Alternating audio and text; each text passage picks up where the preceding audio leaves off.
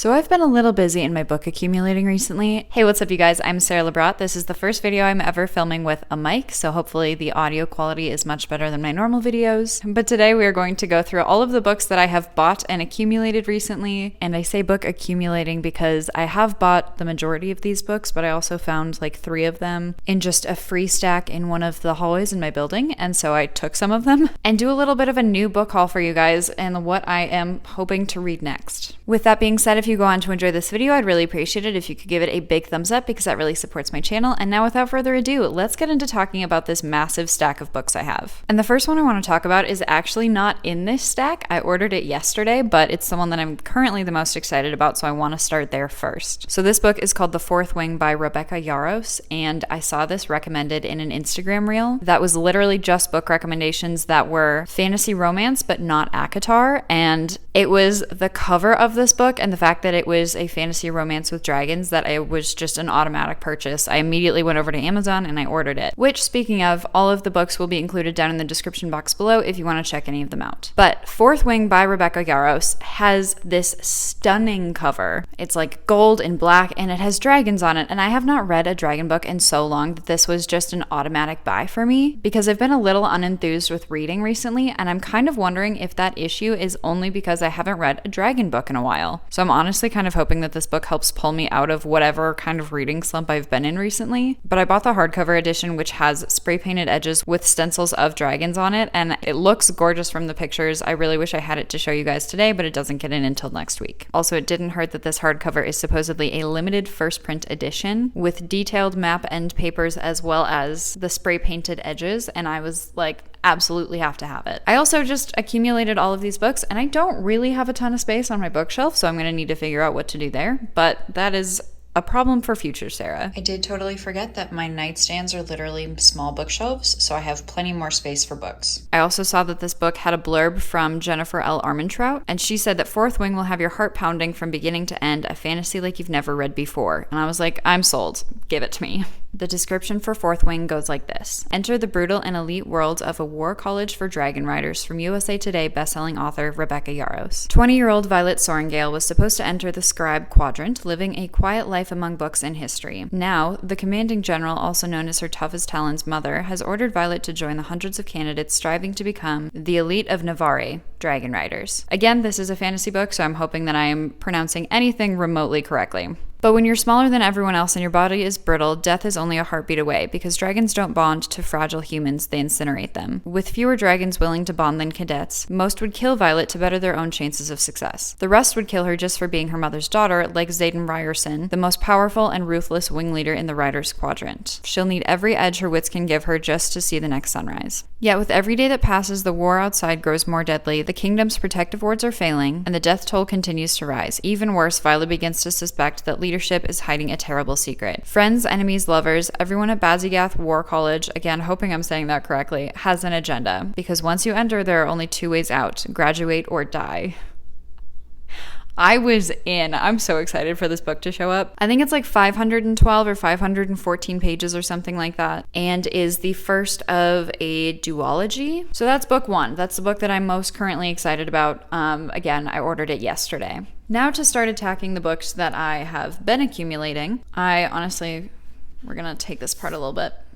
I have never read Lord of the Rings. I understand that that is probably going to be somewhat of a controversial topic, so I ordered it. And to be completely honest, I had no interest in reading these until I watched the 30 or so minute long masterclass snippet called Talking Shop, where it was Neil Gaiman talking about Tolkien. And listening to how excited Neil Gaiman got about talking about Tolkien made me order these books. So now, these are books I want to read. And I have them, and they're cute, and I had got a little boxed set of them, and I'm very excited to jump in. While I'm sure that more of you guys are well-versed in this than I am, I'm going to read the back of The Fellowship of the Ring. The ring wraiths, terrible thralls to the enemy, are searching for a hobbit. Frodo Baggins knows that they are seeking him and the ring he bears. The ring of power that will enable the Dark Lord Sauron to destroy all that is good in Middle-earth. Now it is up to Frodo and his faithful servant Sam, with a small band of companions, to carry the ring to the one place it can be destroyed, Mount Doom, in the very heart of Sauron's realm. I've seen the first 2 Lord of the Rings movies and The Hobbit, I think, or maybe I don't know. I've seen some of the movies, but not all of them.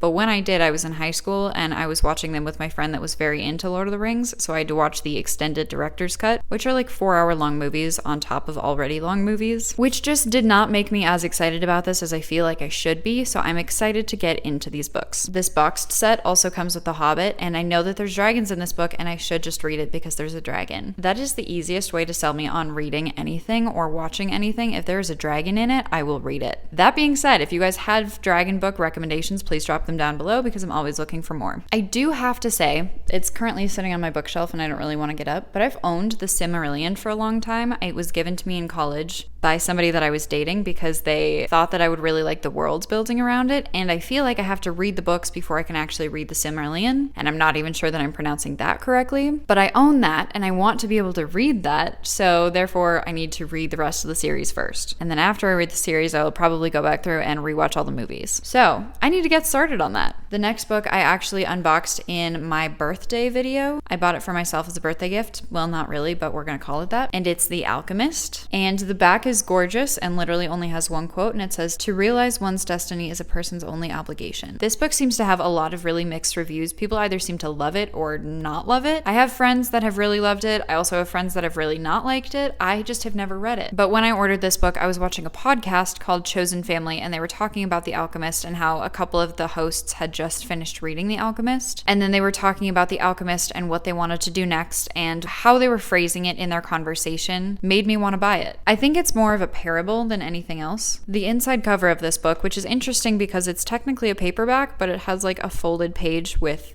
what's normally on the back, like a hardcover would do, which is kind of interesting, but it says Paulo Coelho's enchanting novel has inspired a devoted following around the world. This story, dazzling in its powerful simplicity and soul-stirring wisdom, is about an Andalusian shepherd boy named Santiago who travels from his homeland in Spain to the Egyptian desert in search of treasure buried near the pyramids. Along the way, he meets a gypsy woman, a man who calls himself king, and an alchemist, all of whom point Santiago in the direction of his quest. No one knows what the treasure is or if Santiago will be able to surmount the obstacles in his path, but what starts out as a journey to find worldly goods turns into a discovery of the treasure found within. Lush, evocative, and deeply humane, the story of Santiago is an eternal testament to the transforming power of our dreams and the importance of listening to our hearts. Now that I work for myself, I felt like I needed to read this book. The next 3 books were found in a free pile in one of the hallways in my building, and the first book is fiction, and I've heard so much about this book that I know that I needed to read it too at some point, and that is The 7 Husbands of Evelyn Hugo by Taylor Jenkins Reid. Again, I know that this book has been huge, much like many of the other ones that I've mentioned here, but I have not read it.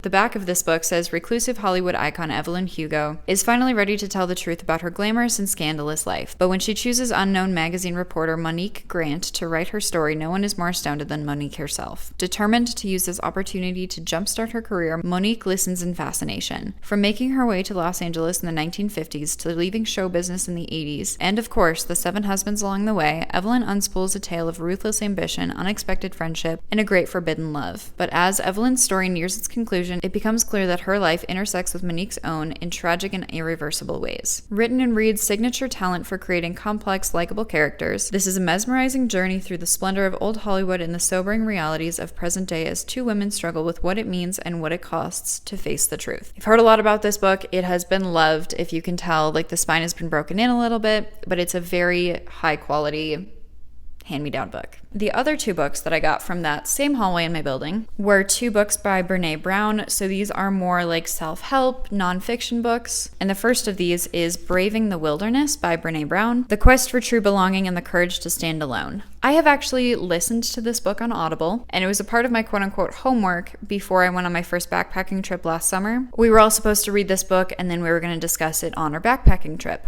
And I really loved reading the book. It was very easy to read. It's pretty short, and as soon as I saw this available free in the hallway, I immediately wanted it to put it as a trophy on my bookshelf because I finished reading the book. The back of this book says, a timely and important book that challenges everything we think we know about cultivating true belonging in our communities, organizations, and culture, from the 5-time #1 best-selling author of Rising Strong and Dare to Lead. Social scientist Brené Brown, PhD, LMSW, has sparked a global conversation about the experiences that bring meaning to our lives, experiences of courage, vulnerability, love, belonging, shame, and empathy. In Braving the Wilderness, she redefined redefines what it means to truly belong in an age of increased polarization. With her trademark mix of research, storytelling, and honesty, Brown again changes the cultural conversation while mapping a clear path to true belonging. Brown argues that we're experiencing a spiritual crisis of disconnection and introduces 4 practices of true belonging. She offers us the clarity and courage we need to find our way back to ourselves and to each other, and the path that cuts right through the wilderness, the untamed, unpredictable place of solitude and searching. This was a really great self-help book. I really enjoyed it.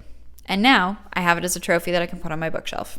I can't get comfortable. Sorry, guys. I'm like sitting between my couch and my table, and it's like a very weird situation where my feet are falling asleep. The other Brené Brown book that I found in the hallway is The Gifts of Imperfection. Wow. Over 2 million copies sold. That's impressive. I like how the imperfection is like in a glossy lettering. That's really cool. The back of this book says, owning our story can be hard, but not nearly as difficult as spending our lives running from it. Embracing our vulnerabilities is risky, but not nearly as dangerous as giving up on love and belonging and joy, the experiences that make us the most vulnerable. Only when we are brave enough to explore the darkness will we discover the infinite power of our light. There's a quote on the inside cover that says, Brené writes, "The book is an invitation to join a wholehearted revolution, a small, quiet, grassroots movement that starts with each of us saying, my story matters because I matter. Revolution might sound a little dramatic, but in this world, choosing authenticity and worthiness is an absolute act of resistance." My therapist recommends Brené Brown a lot to me, and so I think it's only right that I finally have a couple more of her books. I do have Daring Greatly over on my bookshelf, which I don't think I've gotten more than 20 pages into, but my therapist very often sends me podcasts from Brené Brown that I am supposed to listen to. So now I have 2 more of her books. The next 3 are also nonfiction, and this one's kind of funny and low-key embarrassing, and I considered not including it in this video, but I bought a dictionary. I didn't have one, which I was kind of surprised about, and I found myself kind of getting bored with the words I used. So I honestly bought this so that I could flip through it and just like find random new words that I might have either forgotten about or new words to me that I can then incorporate into my writing. So I bought a dictionary. Anyways, moving on from that mildly embarrassing, let's talk about this book, which is Self-Editing for Fiction Writers: How to Edit Yourself into Print by Rennie Brownie and Dave King. The back of this book reads, hundreds of books have been written on the art of writing. Here at last is a book by 2 professional editors to teach writers the techniques of the editing trade that turn promising manuscripts into published novels and short stories. In this completely revised and updated 2nd edition, Rennie Brown and David King teach you, the writer, how to apply the editing techniques they have developed to your own work. Chapters on dialogue, exposition, point of view, interior monologue, and other techniques take you through the same process an expert editor would go through to perfect your manuscript. Each point is illustrated with examples, many drawn from the hundreds of books Brown and King have edited. This is to help me with my own work as well as my Fiverr offerings, because I do short story and chapter critiques as well as full manuscript critiques and edits over on Fiverr, which will also be linked down below. And this is to just help me continue to get better as an editor for myself and other people. In the same vein is my next and last book of this video, which is The Chicago Guide to Copy Editing Fiction. I believe I saw these last 2 books also in an Instagram reel, and it is kind of embarrassing how easy it is for me to buy a book based off of a TikTok or a reel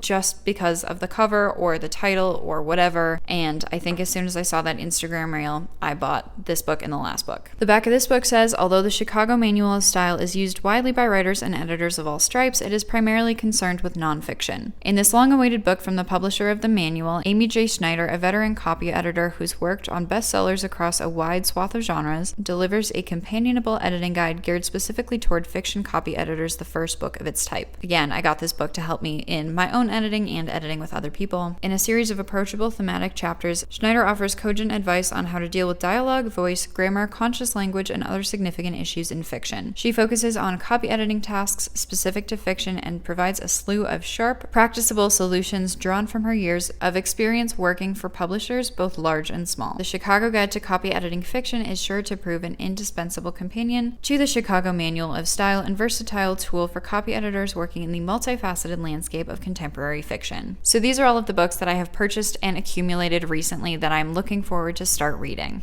Let me know down in the comments below which book you are currently reading or what book you are most looking forward to right now. With that, thank you guys so much for watching. I'm Sara Lubratt. I'm currently posting videos twice a week on Mondays and Thursdays, and I will see you guys in the next video.